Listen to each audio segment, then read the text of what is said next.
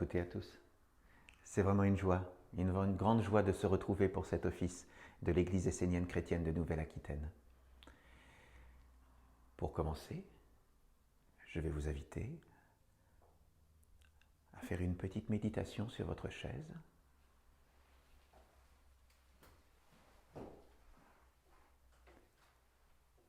Et j'ai envie de vous proposer de ressentir la joie à l'intérieur de vous. Parce que s'il y a bien un chemin privilégié pour aller vers les mondes divins, c'est bien la joie. La joie d'être en union avec les minéraux qui nous portent, avec la terre-mère en dessous de nous. La joie d'être avec les végétaux, avec les animaux et avec nos frères humains. Tous les êtres de bonne volonté qui, comme nous, veulent un monde différent, un monde rempli de sagesse et d'amour, pour que la fraternité qui existe de toute éternité, puisse prendre un corps sur la terre. Mais cette union, nous voulons aussi la partager avec les mondes divins, les anges, les archanges et les dieux, pour pouvoir un jour nous retrouver avec le Père. Donc, je vous invite à ressentir cette joie immense qui est dans votre cœur comme un feu ardent, un feu qui brûle d'une belle lumière, d'une douce chaleur et d'une force de vie. Nous sommes ici et maintenant dans ce temple consacré et nous sommes dans l'alliance avec tous les êtres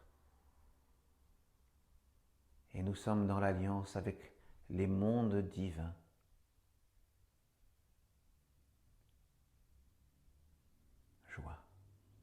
Joie d'être ici ensemble, dans cet espace protégé et privilégié.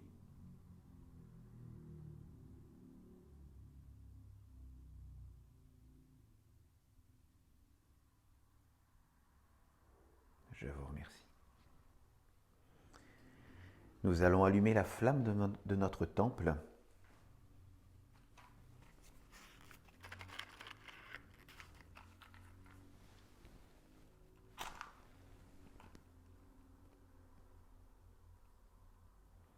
Par mon ange. J'appelle la flamme du Père, la flamme de la Mère, la flamme de la maison de Dieu, afin qu'elle illumine ce temple et qu'elle irradie ici et maintenant,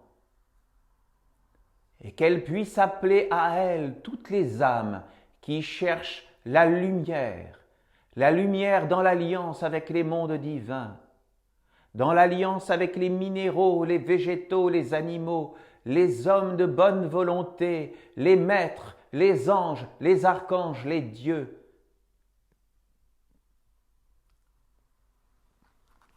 Amen.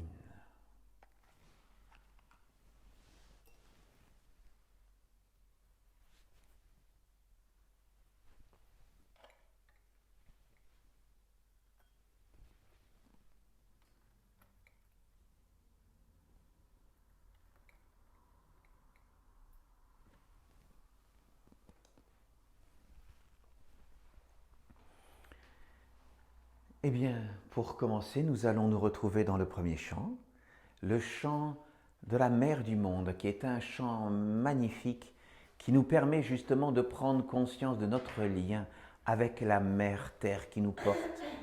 Toutes les religions ont l'habitude de nous parler du Père qui est dans le ciel, du Père qui est aux cieux, alors que nous oublions bien souvent de nous tourner vers la Mère Terre, la nature, elle qui nous a donné la vie, qui nous a donné le corps et qui nous permet de vivre à chaque instant.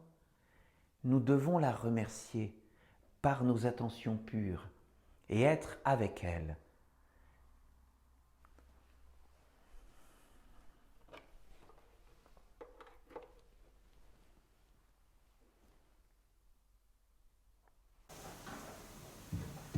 Du plus pur, du plus grand, du plus haut de mon être, avec douceur je t'appelle, quand je me pose sur toi, du plus vrai, du plus haut.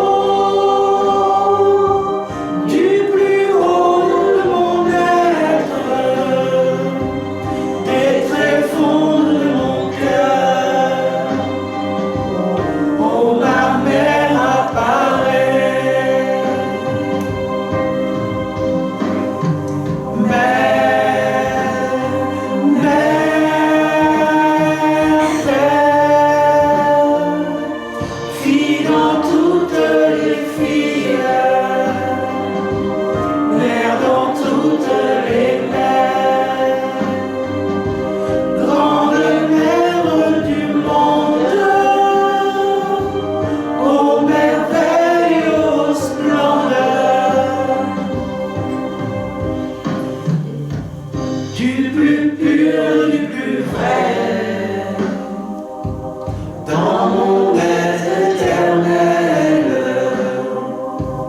viens consacrer le temps, préparé pour le Père, dans ta parure lumière, illumine tout ce qui est sombre.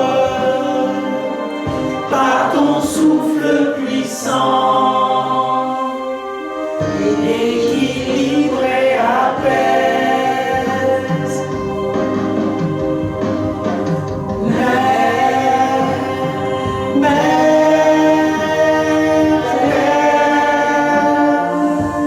Tu guéris tous les mondes,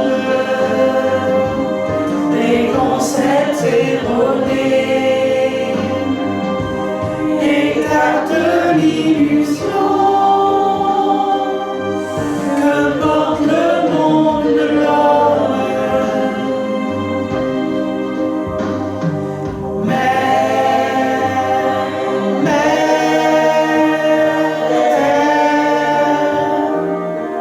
viens bénis tout mon être,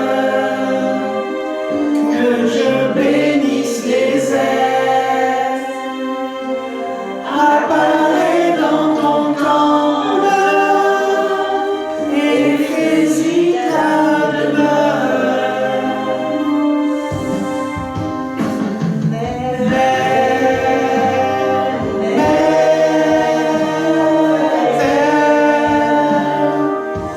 Je m'incline, Dieu la mère, je veux être ton enfant, qui équilibre tous les mondes pour le bien de tous les êtres.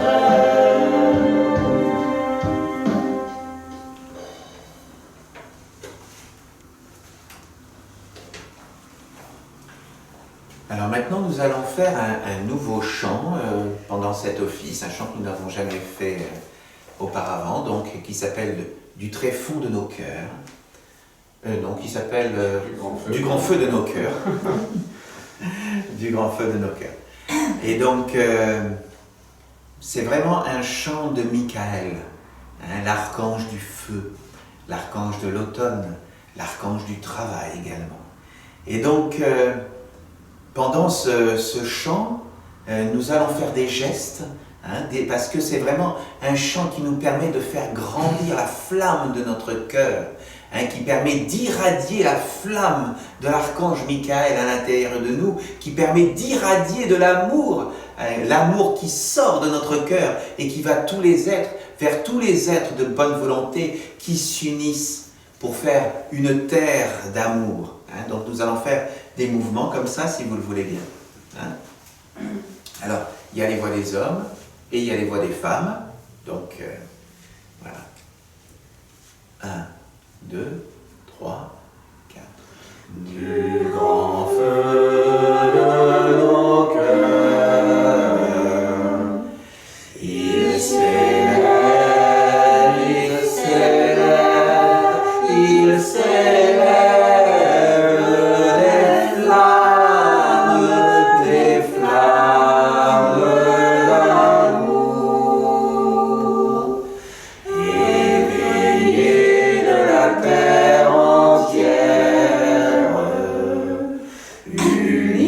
Unis dans un même élan d'amour,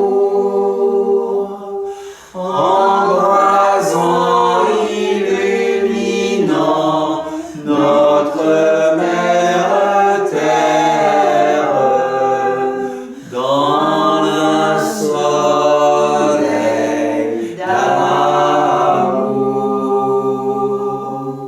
embrasant, illuminant notre mère terre dans un soleil d'amour, du grand feu de nos cœurs. Il s'élève, il s'élève, il s'élève des flammes d'amour, éveillées de la terre entière, unis dans un même élan d'amour, embrasant, illuminant notre mère terre en un soleil d'amour, embrasant, illuminant notre mère terre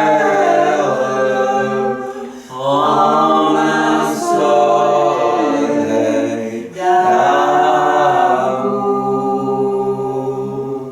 du grand feu de nos cœurs. Il s'élève, il s'élève, il s'élève des flammes d'amour, éveillées de la terre entière,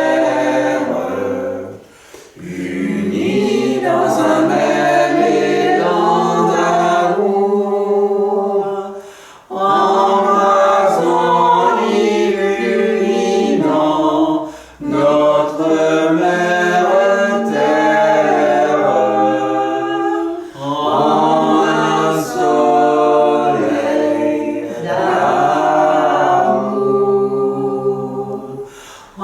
embrasant, illuminant notre mère terre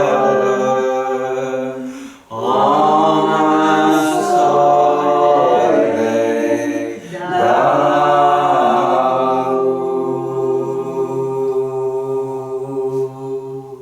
Oh, super, Linda. Merci à vous. Maintenant, nous allons nous retrouver sur le troisième chant, le chant de l'ange de l'amour. Et donc, je vous invite à prendre vos partitions.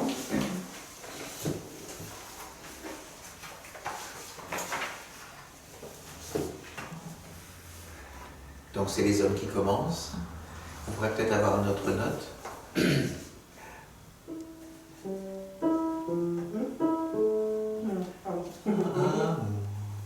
Ah oui, oula. J'ai pas marché sur celle-là. C'est vrai. 1, 2, 3, 4. Amour, amour, ô ange d'amour, amour, amour, toi source de la vie. Amour, amour, ô ange d'amour, amour, amour, toi source de la vie. Amour,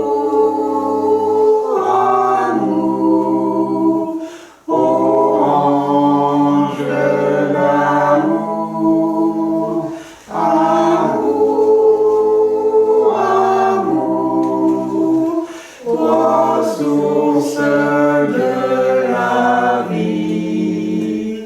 Amour, amour, ô ange d'amour, amour,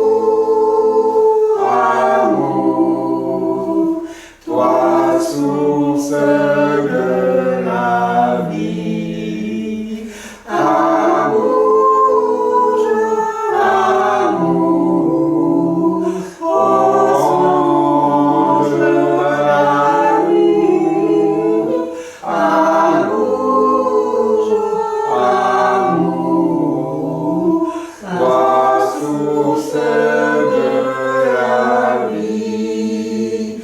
Amour, amour, ô ange d'amour, amour, amour, toi source de la vie. Amour, amour, ô ange d'amour, amour, amour, toi source de la vie. Bien. D'habitude, on la chante un peu mieux. Mais bon, d'habitude, on est plus nombreux. Bien, ben, je vous remercie. Je vous remercie. Vous pouvez prendre place si vous voulez.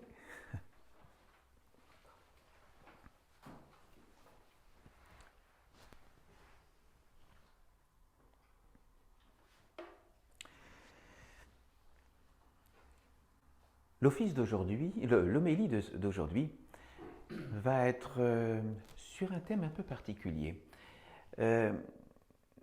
Olivier Manitara, qui est un maître essénien, avait écrit dans un ouvrage qui s'appelle L'Évangile de l'archange Michael, méditation guidée, mantra, invocation, visualisation, un guide complet et pratique pour s'approcher de l'énergie vibratoire de l'archange Michael et éveiller le feu intérieur secret. Donc ça, c'est le titre du livre qu'il avait écrit en 2006. Et donc, dans cet ouvrage, il raconte une histoire qui lui est arrivée, que je trouvais pleine d'enseignements. Et j'ai voulu le partager avec vous. D'abord, je vais vous lire l'histoire qu'il nous raconte et ensuite, je vais vous expliquer un peu l'enseignement qu'il en tire. Si vous voulez en savoir plus sur cette... relire cette allégorie et également son enseignement, vous pourrez le trouver dans le bulletin de ce mois-ci, le bulletin de notre association cultuelle locale. Donc vous pouvez trouver, c'est le bulletin numéro 51. Et donc vous trouverez cette allégorie qui s'appelle l'allégorie de la chèvre et du poteau. Donc je vous lis d'abord l'histoire que Olivier Manitara nous raconte.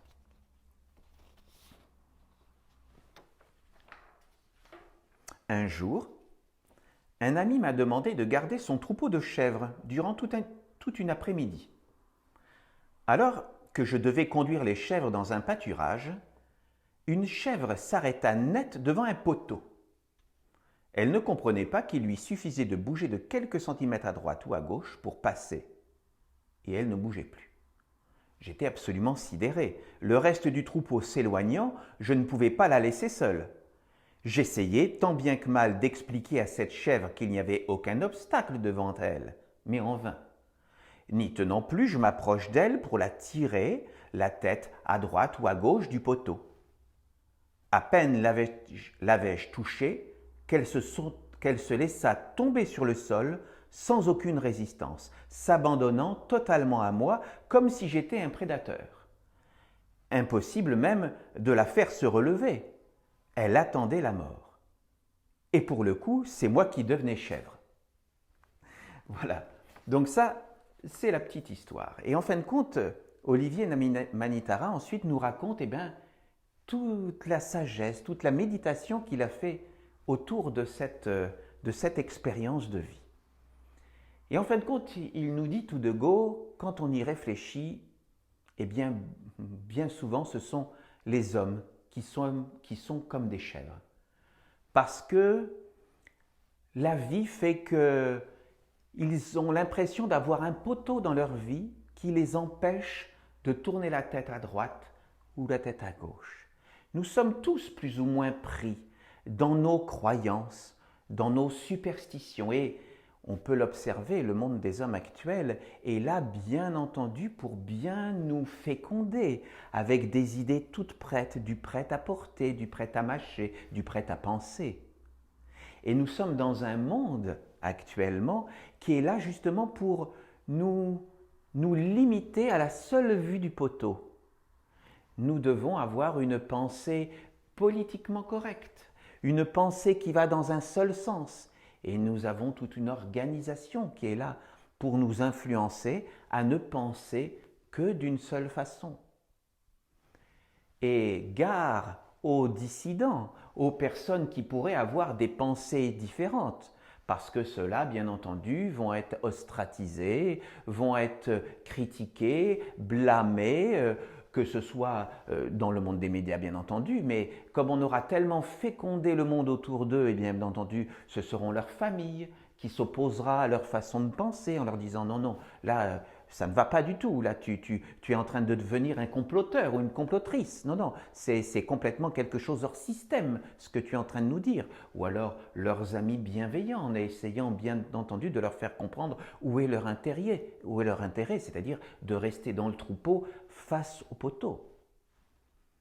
Et donc, Olivier Manitara nous invite justement à essayer de nous apprendre à trouver la liberté, qui peut être quelque chose de provocateur dans le monde actuel. Eh bien, nous devons retrouver la liberté de tourner la tête à droite ou à gauche.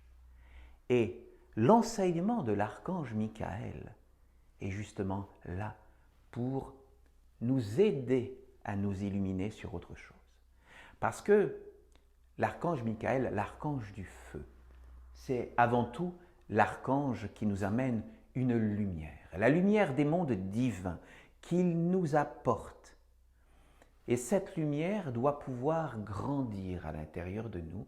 Nous devons prendre soin de cette lumière comme le précieux à l'intérieur de nous, parce que la flamme à l'intérieur de nous, c'est le plus précieux, c'est ce qui nous ramène, c'est ce qui nous relie à notre âme.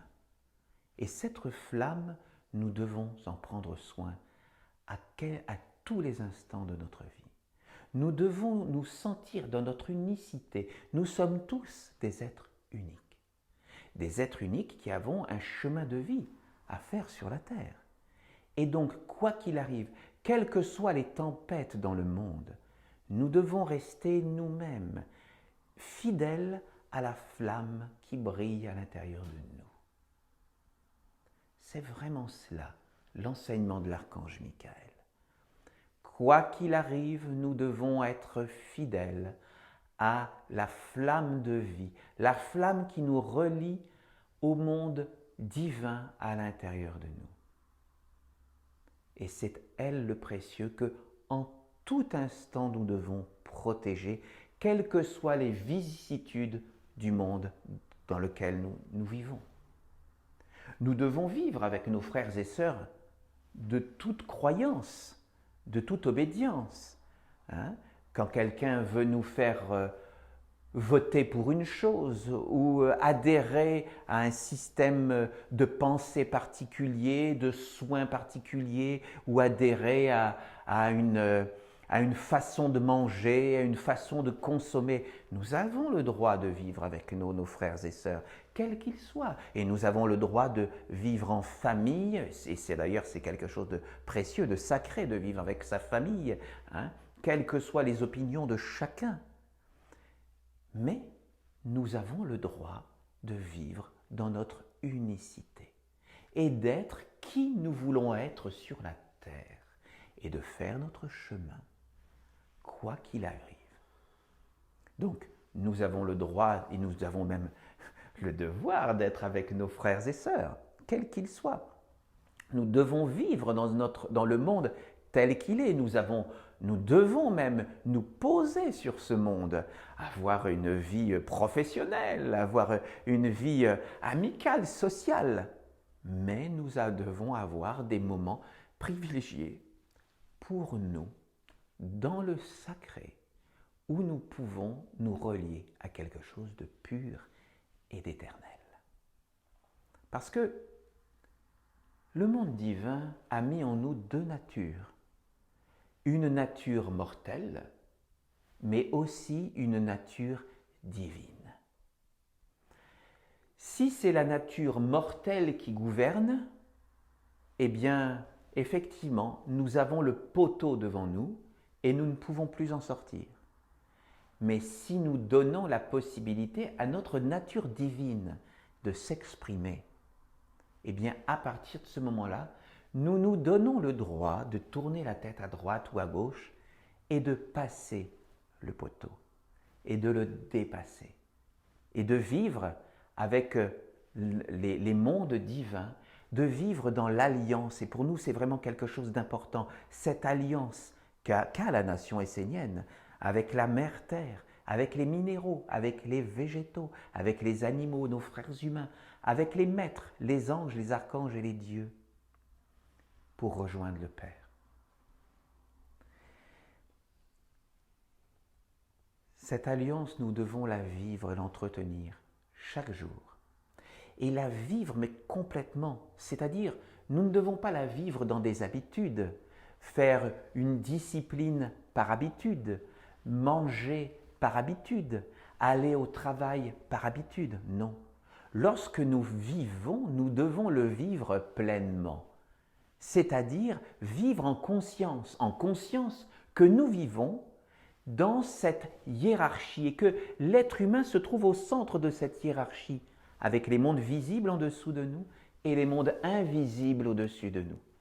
Et nous devons vivre avec la joie, parce que la joie, comme je vous l'invitais à la vivre au début de cet office, la joie est vraiment un chemin magnifique, privilégié, pour nous relier avec le plus subtil, avec le plus beau à l'intérieur de nous. Donc, j'ai envie de vous inviter, vous qui êtes ici et vous qui êtes en face devant votre ordinateur, vivez la joie à chaque instant de votre vie. Essayez de la développer comme un feu subtil à l'intérieur de vous, parce que quand vous êtes dans la joie, vous êtes avec le beau, avec l'éternel, avec le précieux à l'intérieur de vous. Et c'est ce précieux, cette vie, cette énergie de vie éternelle, c'est avec cela que nous devons vivre, c'est cela que nous devons développer et faire grandir dans notre vie de chaque jour. Parce que la vie, ce n'est pas simplement quelque chose que nous devons vivre en spectateur, nous devons vivre notre vie en acteur, en la vivant pleinement, pas simplement dans des automatismes. Quand nous mangeons, nous devons prendre un instant pour bénir notre repas et remercier les êtres visibles et invisibles qui ont fait ce repas et qui nous permet d'avoir de l'énergie pour que notre corps puisse participer à quelque chose de grand. Lorsque nous sommes à notre travail, nous devons remercier aussi pour ces instants dans lesquels nous participons, parce que nous essayons de faire de notre mieux pour vivre avec le monde des hommes. Cela nous permet d'avoir un salaire qui nous permet ensuite de pouvoir participer à quelque chose de plus grand que nous, par exemple en achetant une Bible, en faisant une offrande à une église, en participant de notre mieux aussi, en donnant du temps aussi à nos associations locales esséniennes. Donc, lorsque nous donnons un petit peu de notre temps, de cette énergie de vie, eh bien, nous participons à permettre l'éclosion d'une autre vie sur la terre, parce que lorsque nous donnons de notre temps, de notre énergie à une association, à quelque chose qui c'est d'amener Dieu sur la terre, eh bien, nous participons à quelque chose de grand et nous lui donnons de la force sur la terre. J'aimerais terminer cette homélie par une citation d'Olivier Manitara que je lisais et que je trouvais magnifique. Parce que elle résume un peu ce que nous venons de dire, mais surtout, je trouve que la phrase d'Olivier Manitara que je vais vous lire nous donne une compréhension et une énergie particulière. Et c'est pour ça que je voulais la partager avec vous. Et il nous dit, l'archange Michael est une force et une lumière dans l'homme éveillé qui accepte de se battre pour une cause divine, pour des idées éternelles, pour la victoire de la lumière, de l'amour, de la beauté sur la terre et dans toutes les sphères d'existence de l'humanité. Alors, l'archange Michael descend dans cet homme comme une colonne de lumière vérité, et l'homme devient à son tour une colonne dans le temple du Très-Haut, unissant le haut et le bas dans l'alliance de lumière. Cette colonne, c'est le bâton de Dieu, le poteau sacré, le totem, la baguette magique qui, au lieu d'être devant l'homme pour lui barrer la route, entre en lui pour l'éveiller dans la sagesse des mondes. Je vous remercie de votre attention.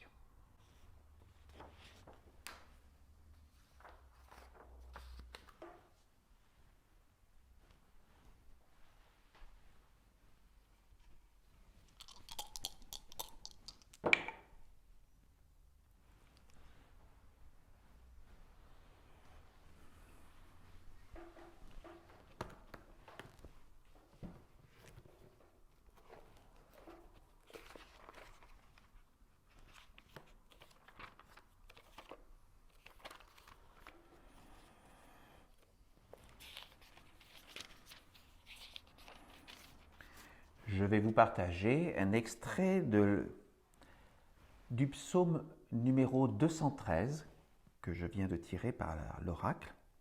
Donc, un extrait du psaume 213 de l'archange Michael. Ce psaume s'appelle « L'homme mortel doit être au service de l'immortel ». Préserve le précieux de la vie et honore le grand. Conduis la vie dans la grandeur.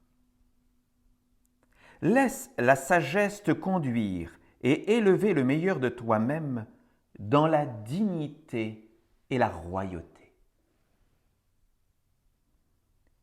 Si tu ne suis pas le chemin, si tu dégrades ce qui est grand et que tu conduis la vie en esclavage, sache que non seulement tu te perdras et seras condamné à errer dans les méandres des mondes inférieurs, mais qu'en plus tu devras de génération en génération trouver l'être qui pourra te libérer et réparer tes erreurs.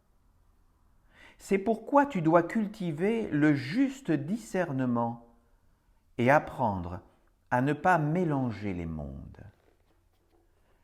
N'utilise pas la grandeur pour servir ce qui est mort et qui appartient uniquement à la vie humaine. Il est légitime que l'homme soit protégé, aidé, guidé, mais juste pour réveiller en lui la pensée, l'intelligence, la sagesse, qui permettent d'honorer la grandeur. Il est juste que l'homme se mette au service du divin. Il n'est pas juste que le divin soit au service de l'homme, conduit en esclavage, prisonnier, comme un gardien placé autour de lui pour le protéger et l'assister dans ses bêtises. Et en lisant cela, ça me fait penser combien de fois nous voyons par exemple des personnes de toute bonne foi qui disent « Ah ben moi j'appelle mon ange pour qu'il me trouve une place de parking, pour qu'il m'aide à résoudre tel problème dans la vie. » Et oui, il y a des personnes qui ont cette pensée-là, alors que pour nous, Esséniens, nous considérons qu'un ange n'est pas notre larbin. C'est nous qui devons le servir parce que c'est lui qui est plus grand que nous. Nous devons être au service des mondes divins et non pas les appeler pour leur demander de résoudre nos problèmes ou de faire des basses besognes.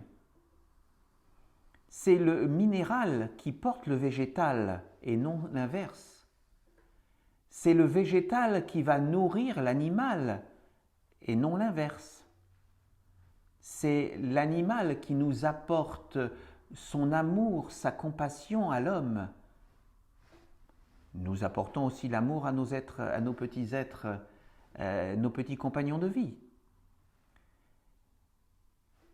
Ce n'est pas l'homme qui doit être au service de l'animal, c'est l'animal qui est au service de l'homme parce que c'est l'animal qui nous apprend à grandir.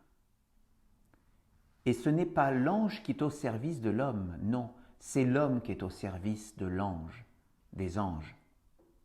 Et ça, c'est vraiment une chose qu'il me semble importante à comprendre dans ce psaume-là, c'est que nous devons être au service des mondes supérieurs et nous n'avons pas à les déranger, à les apostropher pour résoudre des problèmes du monde des hommes, des problèmes que les hommes ont créés eux-mêmes, bien souvent. Je poursuis dans le psaume de l'archange Michael.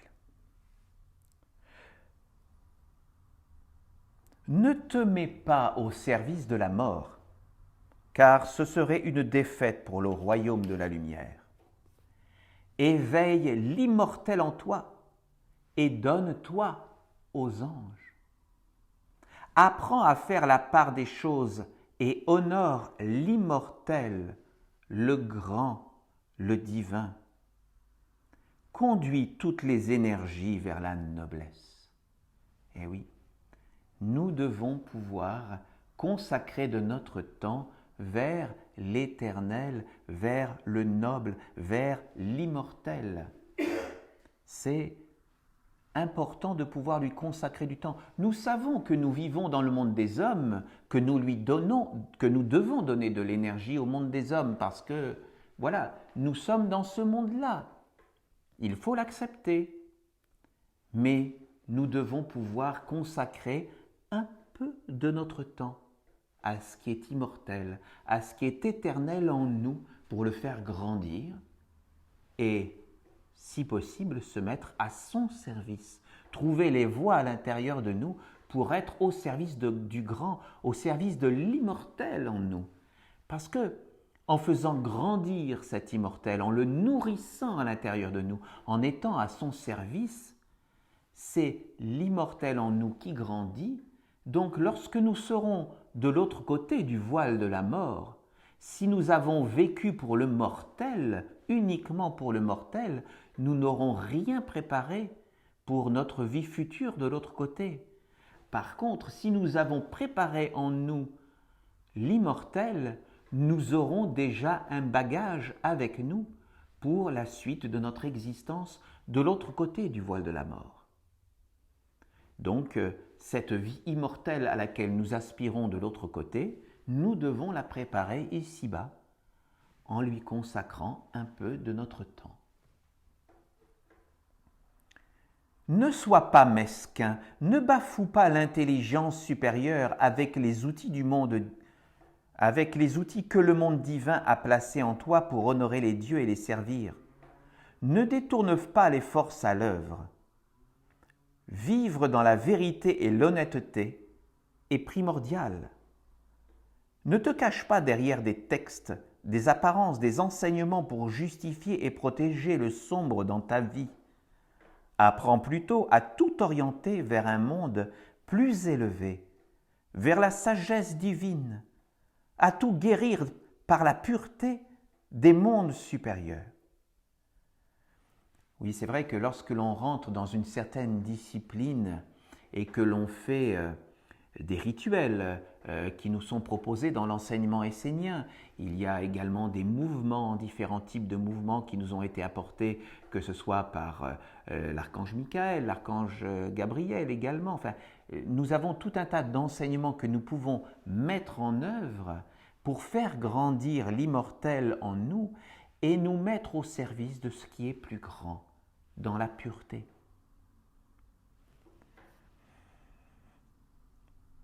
Unis-toi à l'immortelle sagesse pour faire apparaître la beauté des dieux, mais n'utilise pas l'enseignement sacré pour le conduire dans le royaume où tout s'éteint et pour justifier ta bassesse et ta petitesse. Sache que si tu fais cela, tu seras possédé et conduit en esclavage. Être esclave ne veut pas dire que tu seras sans personnalité, sans opinion, sans volonté ou sans argent, mais que tu seras emprisonné dans le monde des hommes, sans aucune capacité de t'élever vers l'intelligence qui éclaire tous les mondes et permet de la comprendre. L'esclave est rendu ignorant et inconscient. Il pense qu'il sait, mais il est incapable de discerner ce qui vient de lui, de ce qui lui est étranger, de ce qui le conduit à la défaite, de ce qui lui permet d'entrer dans la grandeur et l'immortalité. Si tu es privé de cette intelligence, de ce sens qui permet d'acquérir la connaissance directe, la gnose, sache que tu éprouveras une grande difficulté à t'échapper des chaînes du monde de la mort, de la glu qui emprisonne l'humanité. Quotidiennement, cette glu alimente un besoin physique au détriment des grandes valeurs transmises par les dieux, comme la famille, la bonne respiration, la prière, la méditation, l'étude, l'énergie créatrice, l'accomplissement de l'œuvre et de l'offrande. Entre dans l'éducation. Forme-toi jusqu'à éveiller le discernement de ce dont tu as véritablement besoin à tous les degrés et utilise les moyens du monde pour t'équilibrer dans tous les étages de ton être afin de devenir un serviteur du divin. Apprends à vivre avec Dieu sans mettre de volonté d'homme. Fondamentalement, préserve le sacré dans ce qui est sacré.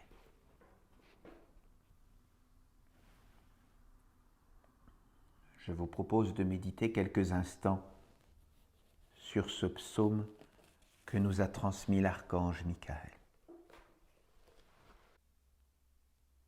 Je vous remercie. Je vais vous proposer maintenant de recevoir la bénédiction de l'ange de la paix. Si vous voulez bien vous approcher devant moi.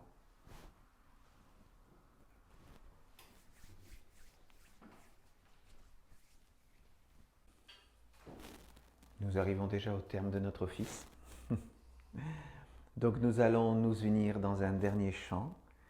Et puis donc ensuite, bien entendu, nous vous proposons de nous retrouver dans 2 semaines parce que à partir de ce mois-ci, maintenant, nous allons nous retrouver 2 fois par mois. Et donc vous avez bien entendu le programme de nos rencontres, de nos offices sur le site Église essénienne chrétienne de Nouvelle-Aquitaine.fr avec des tirets entre chaque mot. Et donc nous espérons nous retrouver de plus en plus nombreux parce que là, cette fois-ci, aujourd'hui, il y avait certaines personnes qui étaient absentes, mais donc nous allons nous retrouver de toutes les façons toujours plus nombreux et ou chez vous qui êtes ici devant votre écran. Et donc nous vous invitons à participer à ces instants de joie, de communion, où nous pouvons donc nous relier au sacré à l'intérieur de nous. C'est important de pouvoir avoir ces instants pour nous, ces instants privilégiés où nous nous retrouvons. Donc nous allons nous retrouver dans le chant, dans notre dernier chant qui s'appelle « Ensemble ».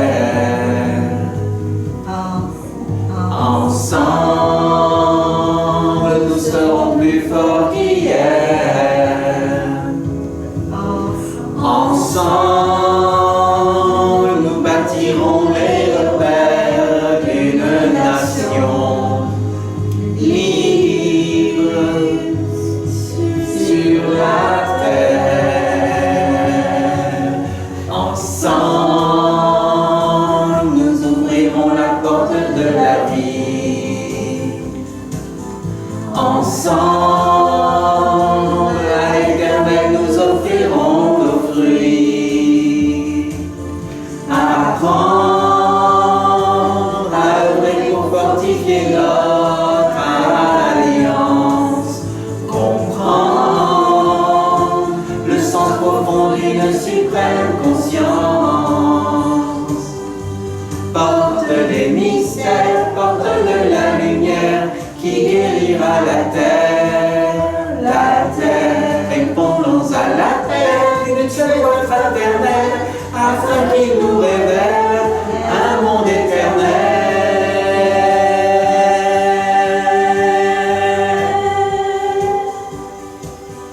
Qu'ensemble nous transformions le cours de l'histoire, que ça semble un peuple qui trouvera la victoire. Victoire dans la perfection de notre mission sur terre, au nom des enfants de la lumière.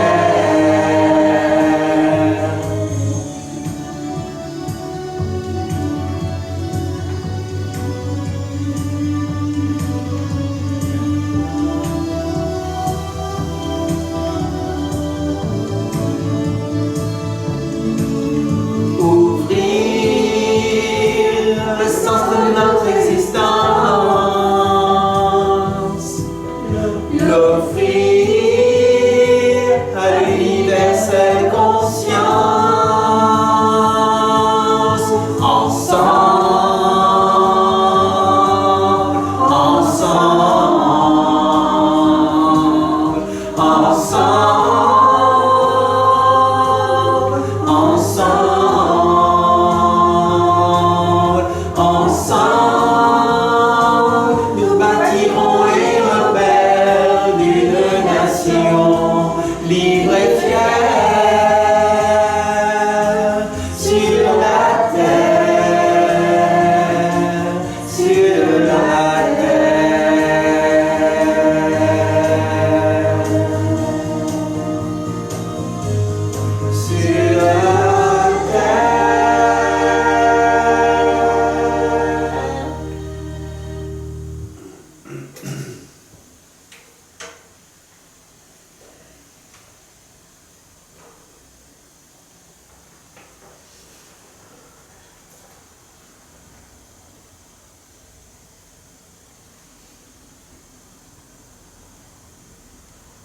Nous allons accompagner la flamme de notre temple.